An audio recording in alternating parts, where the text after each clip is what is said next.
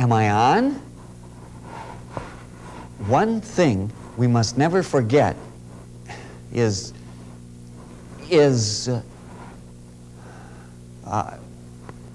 well, gentlemen, as I was saying, the first thing that you have to do is always be prepared with your tools, right?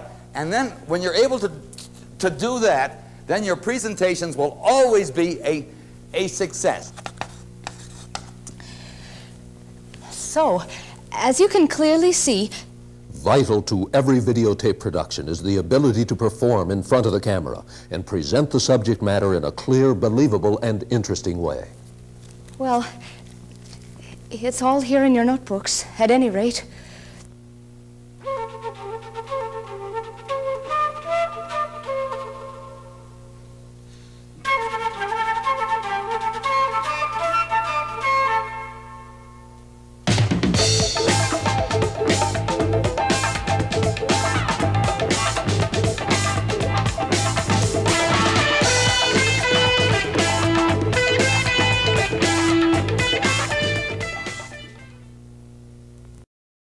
Sure, you don't want to make a fool of yourself, but more important, it's your job to make certain the message gets through, and any problems you have as a performer get in the way of that message.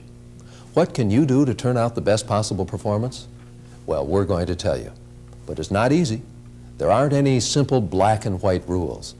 Instead, you'll find a bunch of conflicting demands, paradoxes, which require you to strike a balance in your performance. You'll have to juggle factors which are conflicting with each other and probably with your own personality. But before we get into paradoxes, let's look at the simple mechanics of doing a TV performance. Here are the basic things you are expected to know and do. If your director doesn't tell you what to wear, you should bring alternatives. In general, avoid very dark or very light clothes.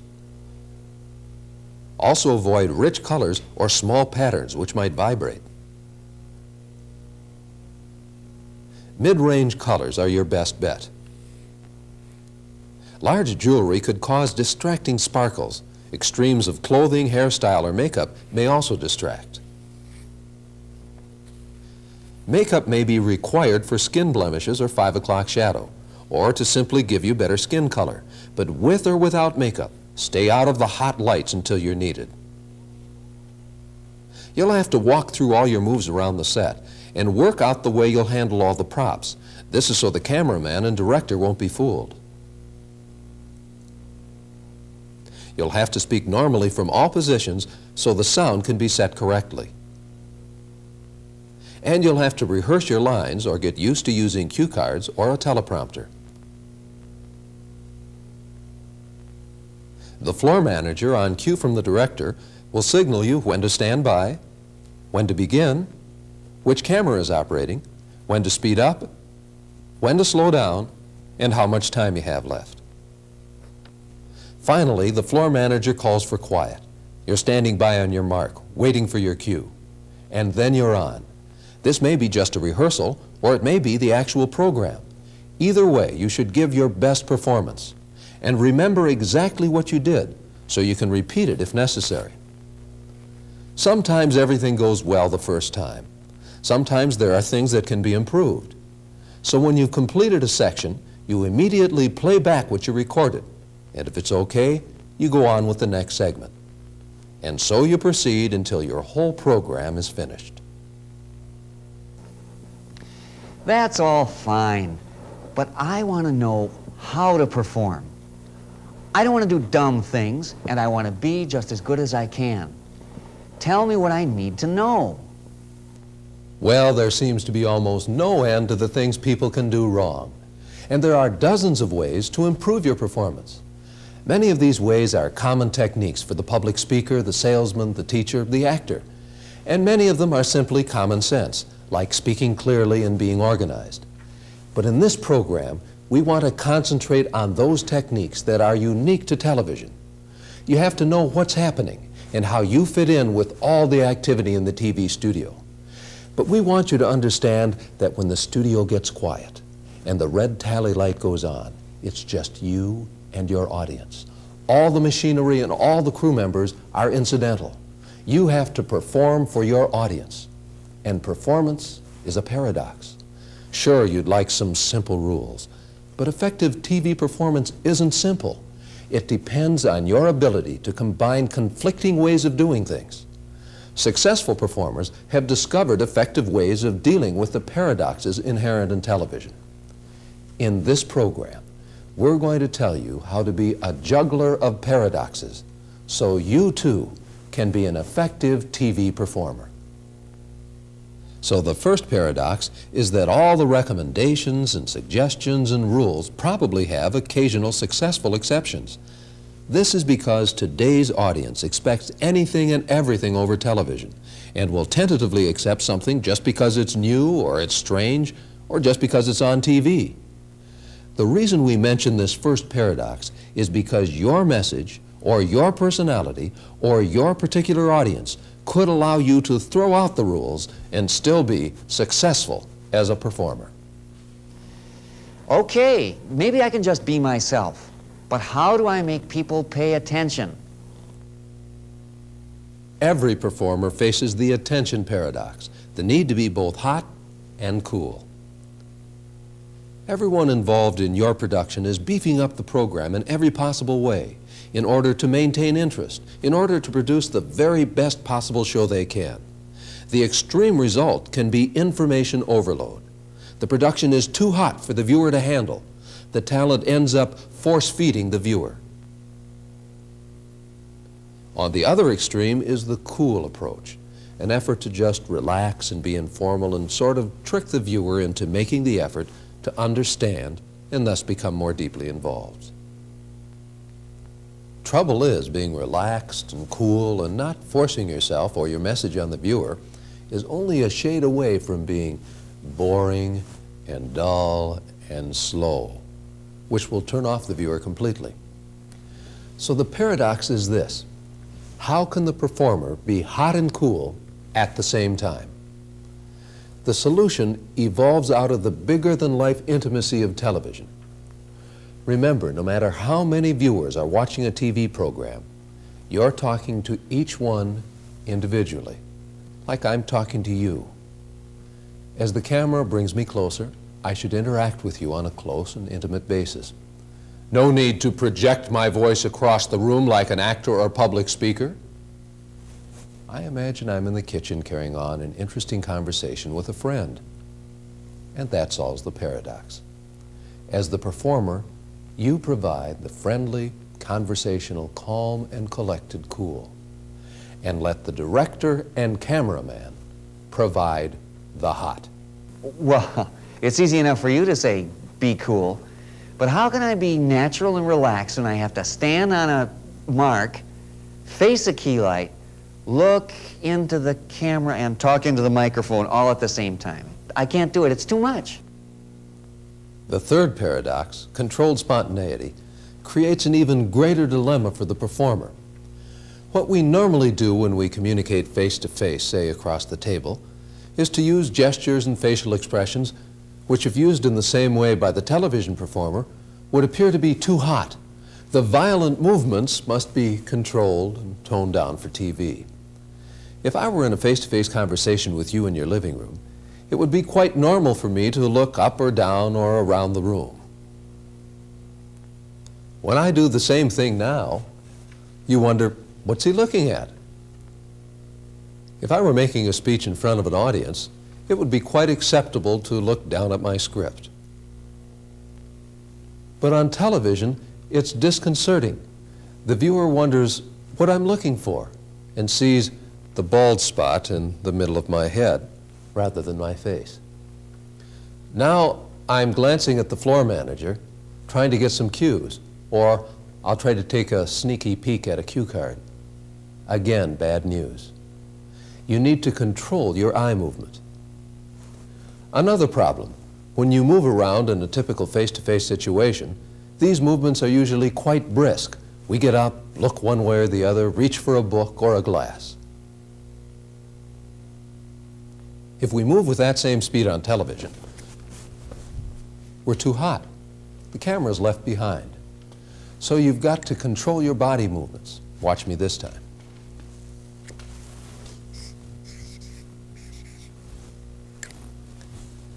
When you're on camera, hold gestures and motion to a minimum and then move in slow motion.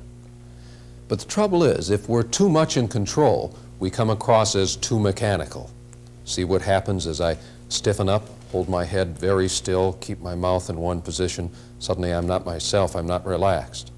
So the paradox, after you've learned how to control your movements, then you've got to allow yourself to somehow become spontaneous. I take a deep breath, kind of let my shoulders drop, let my head drop from side to side. Generally, try to relax. Some performers like to do calisthenics, step out of the studio for a minute, get a breath of fresh air, a drink of water. All these activities clear your mind, let you come back to face the camera relaxed, in control. Now you can quit worrying about yourself and the way you look and the hubbub of activity around you, and get tuned into the particular audience your message is aimed for, the viewer. With that viewer clearly in mind, you'll be able to speak and behave just as you would if you were face to face. You'll be natural, you'll be spontaneous. How do you do? This is silly. I can't just talk into a lens. The fourth paradox. How can we project friendly, responsive, human-to-human warmth to non-human, non-responsive cameras? You've got to empathize with a non-existent audience, an audience you create in your mind with certain stereotype characteristics. We've got to think of cameras as channels through which we make contact with these people. It helps some performers to visualize an actual person, a friend or a member of the family, and pretend they're talking only to that person. I develop a general feeling of humanness out there, a friendly, quiet, and warm relationship with an empathized someone reached through the camera, my messenger, my friend, my interpreter. Talking to a lens and treating a camera like a person is tough at first, strange and unnatural.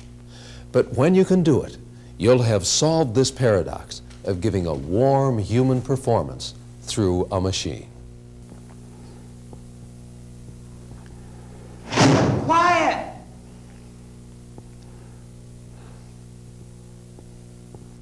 The fifth paradox. We need to concentrate on our performance and ignore the studio activity. Yet at the same time, remain alert to information relayed to us by the floor manager or some other crew member.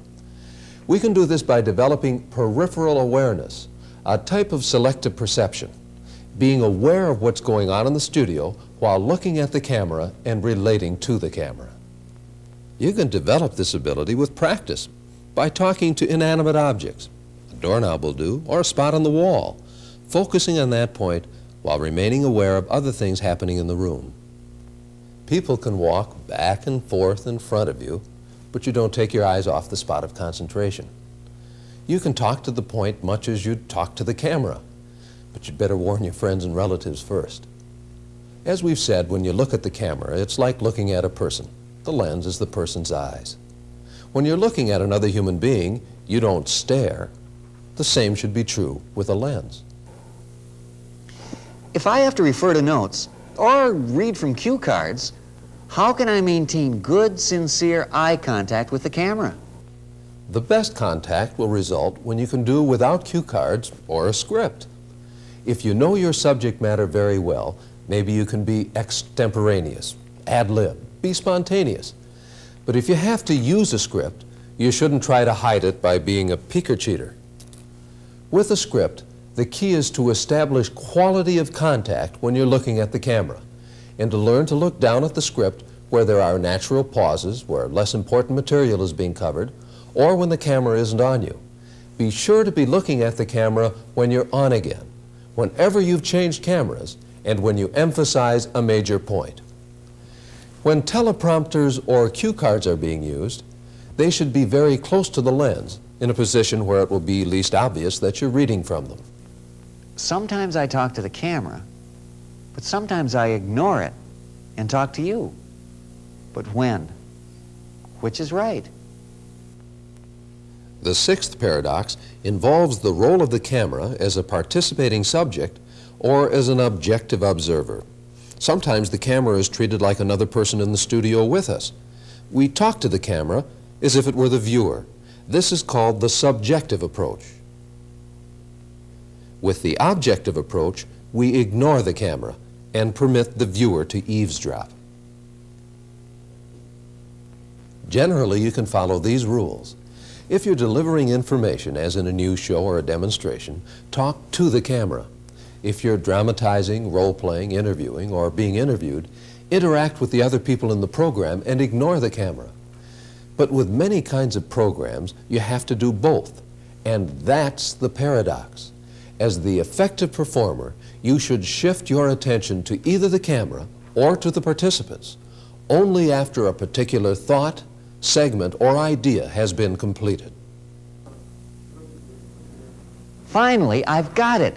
It's so easy, so simple. Just you and me, one-to-one. No, cut. Fred, you've got to be much more sincere. Now, let's try it again. I think you should. Well, that brings us to the ultimate paradox. How can a performer strike a balance between illusion and reality? The reality is the complex circumstances of production, the studio, the technicians, the interruptions. Since all of this would interfere with your message, the illusion that has to be maintained is that none of this exists. The process of production is complex, segmented, difficult, and seldom goes as planned. Your job as performer is to create the illusion that the program being viewed is a simple, straightforward, free-flowing presentation. Well, there are the 7 general paradoxes to juggle in order for you to achieve an effective level of performance. So that's the whole plan. But it requires everybody's cooperation, and that's where you come in. So your performance on camera can make or break a television production. A good performance, supplemented by the technical wizardry of television production, remains the most efficient, the most exciting, and the most effective means of communicating ideas and feelings to large numbers of people.